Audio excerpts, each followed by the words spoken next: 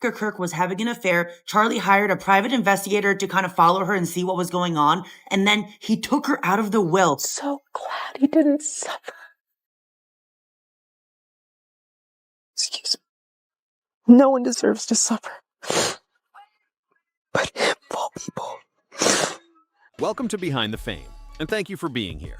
Your support truly helps this channel grow and keeps these deep dives coming. Now let's break down what really happened. A new allegation is spreading rapidly online that Charlie Kirk may have removed Erika from his will after discovering possible infidelity. It's an explosive claim, and right now, social media is in full investigative mode, trying to determine whether there's any truth behind it. Screenshots are circulating, timelines are being reconstructed, archived posts are resurfacing.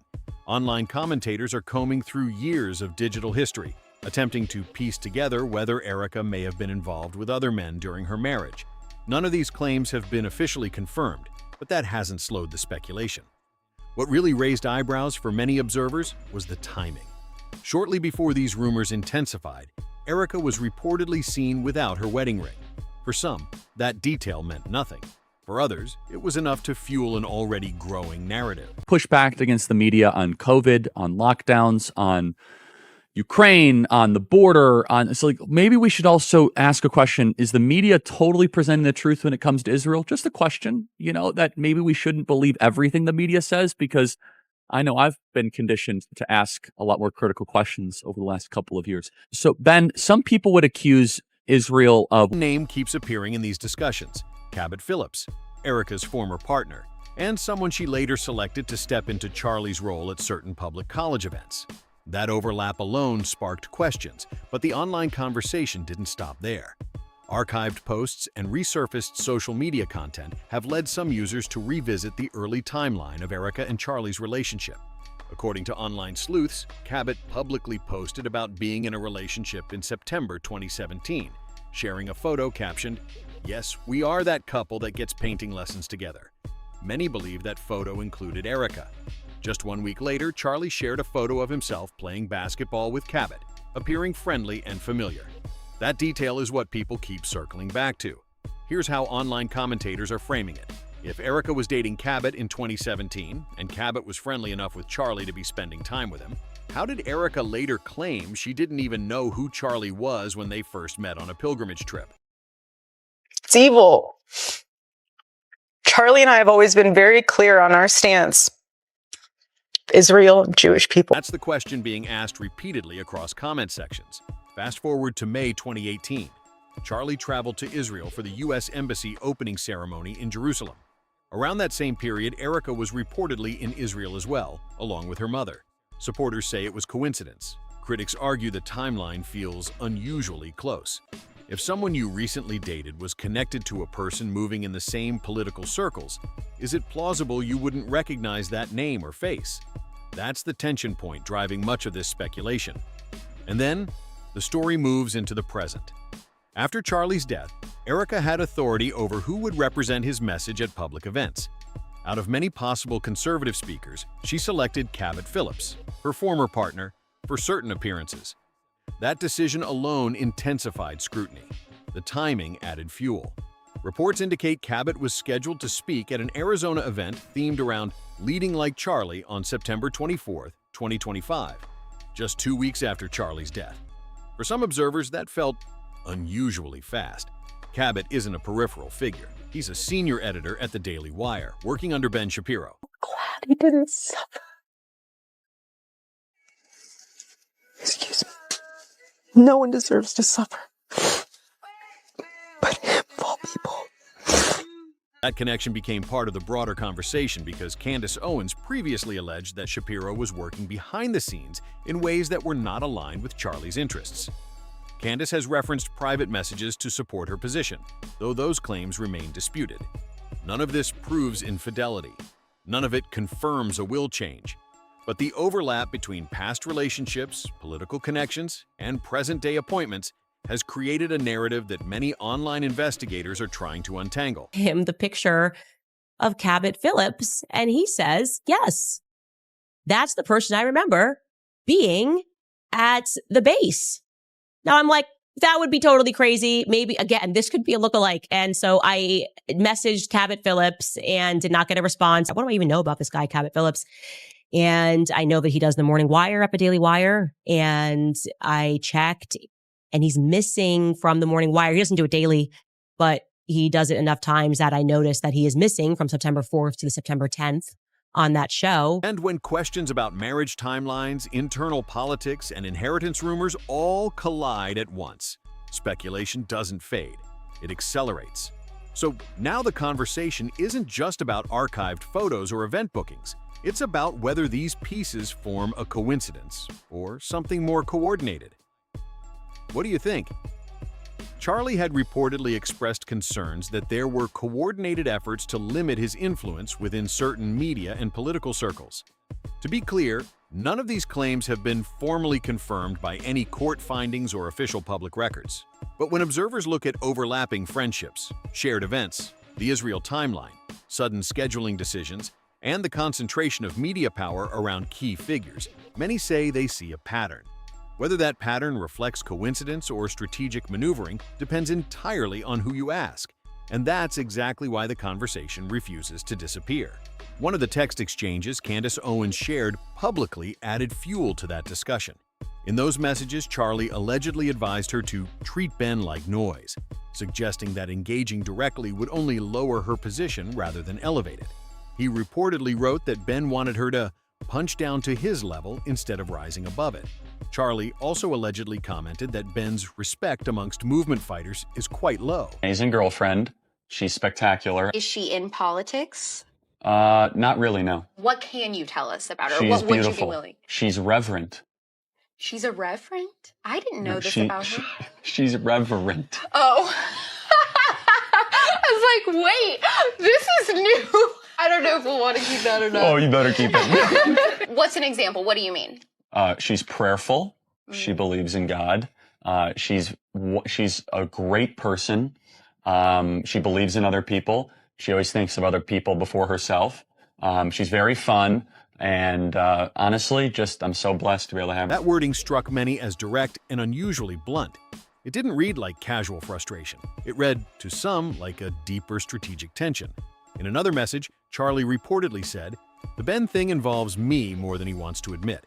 Then he referenced Game of Thrones, writing, "He knows Jon Snow is stronger than the dragons that fly higher." That line alone sparked waves of online interpretation. Viewers debated what he meant, who represented who in the metaphor, and whether it hinted at an internal power struggle. According to the shared messages, both Charlie and Candace discussed the idea that Ben may have viewed Charlie as a rising rival within the broader conservative media space. Whether that was competitive friction or something more serious remains unproven, but those texts undeniably intensified speculation. Then, people began revisiting Charlie's final interview with Ben Shapiro, which reportedly took place less than 48 hours before Charlie's death. What do you miss most? How are his parents doing? Because his parents are private. We saw them for the first time at the funeral. Yes. You did such a beautiful job there. How are all of y'all doing? You talk a little bit about the kids, but how's your mom doing? I mean, I know she's devastated for you. My mom is Charlie and my mom. Well, Charlie's family's there. Everyone's hanging in there. We're doing the best to be expected. My mom and Charlie, they were best friends. I would always say that Charlie was her favorite child. But the thing that was so special about our Sabbath dinners was that it wasn't about religious Viewers who rewatched the exchange described the tone as noticeably tense. During the interview, Charlie pushed back on several points rather than agreeing outright. He questioned certain narratives and even raised uncomfortable topics related to foreign influence in U.S. politics. Some online commentators claimed Ben appeared irritated. Others argued that interpretation was subjective and influenced by hindsight. Still, once the broader narrative began forming, even subtle moments were analyzed frame by frame. The connections didn't stop there. Cabot Phillips, who works directly under Ben Shapiro at the Daily Wire, later became the person Erika selected to step into Charlie's role at key college events. That overlap became another focal point. Critics argue the professional proximity is too close to ignore. Supporters counter that conservative media circles are relatively tight-knit, and overlapping affiliations are common. Then an additional claim began circulating online. According to one eyewitness account shared on social media, Cabot and Erika were allegedly seen attending a private meeting at Fort Huachuca military base the night before Charlie's death. That allegation has not been officially verified, and no formal documentation has confirmed it. However, the claim continues to circulate in online discussions. None of these individual elements, the texts, the interview, the professional connections, the reported sighting, independently confirm wrongdoing. But when observers line them up side by side, they begin asking broader questions. Is this normal political rivalry amplified by tragedy? Is it coincidence layered with emotional hindsight? Or is there something more strategic unfolding beneath the surface? At this stage, there are more questions than answers. And that's exactly why the debate continues. That's the debate that simply refuses to cool down. If it's true that Erika was removed from Charlie's will, and if she knew about it, some people believe that possibility changes how everything that followed should be viewed. A growing number of online commentators argue that her public appearances don't match what they personally expect from someone grieving such a sudden and traumatic loss.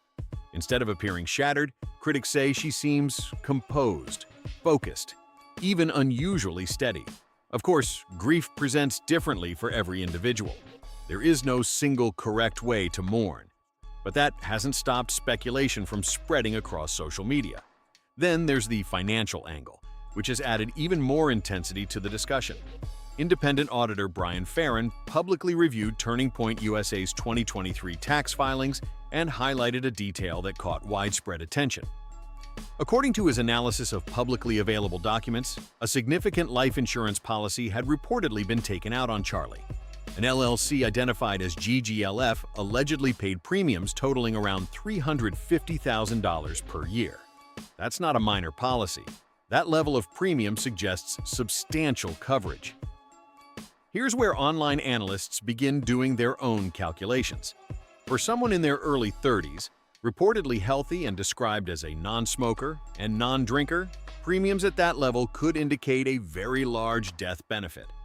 Insurance industry estimates often place policies with premiums in that range somewhere between $20 million and $50 million. That's the number range frequently repeated across forums, live streams, and comment sections. However, this is where the uncertainty begins. While nonprofit tax filings are public record and open for review, the specific payout details of a life insurance policy, if one was triggered, are not publicly disclosed. The exact beneficiary structure, payout amount, and final distribution would not automatically appear in the same public filings. That lack of publicly available detail is what continues fueling debate. To be clear, no official documents have confirmed wrongdoing, and speculation about payout amounts remains just that, speculation. But when people combine the alleged will change, the reported size of the policy, and unanswered financial questions, they see a narrative that feels larger than what's currently visible. Whether that perception is fair or not remains part of the ongoing debate. Still, the financial element is now permanently part of the conversation. Many online assume that Erika, as Charlie's widow, would be the primary beneficiary of any personal policy. On the surface, that would be standard. What critics continue to question is timing and structure. Did Charlie personally arrange the policy, or was it established through organizational channels as part of a broader executive compensation structure? Reports indicate that in mid-2024, Turning Point USA sent approximately $350,000 to the same LLC connected to the policy. Financial analysts reviewing filings have described this as consistent with what's known as a split-dollar life insurance arrangement. In simple terms, the organization pays the premiums, is reimbursed after the insured individual passes away, and the remaining benefit goes to the designated beneficiary. On paper, that structure is legal and commonly used in executive compensation agreements. But critics argue that, given the surrounding circumstances and timeline, the optics feel intense. There is also the fact that public fundraising efforts continued at full speed after Charlie's death. Erika has maintained paid speaking engagements, legacy-focused events, and merchandise campaigns tied to Charlie's name. Supporters say she is preserving and expanding the movement he built. Critics argue the fundraising feels excessive in light of the reported insurance structure. When you line up everything, the alleged affair rumors, the Cabot Phillips timeline, the archived posts, the removed wedding imagery, the life insurance structure, and continued fundraising, it creates a layered narrative that keeps the internet talking. Some believe that if Charlie truly removed Erika from his will, it suggests he was reassessing circumstances privately before his death. Others insist that idea is speculative and built on coincidence stacked onto rumor. At the end of the day, none of these claims have been formally proven in court. But when unanswered questions intersect with money, politics, and personal relationships, conversations tend to grow rather than fade. What do you think is really going on here? Drop your thoughts in the comments below. If you found this breakdown helpful, make sure to like the video, subscribe to the channel, and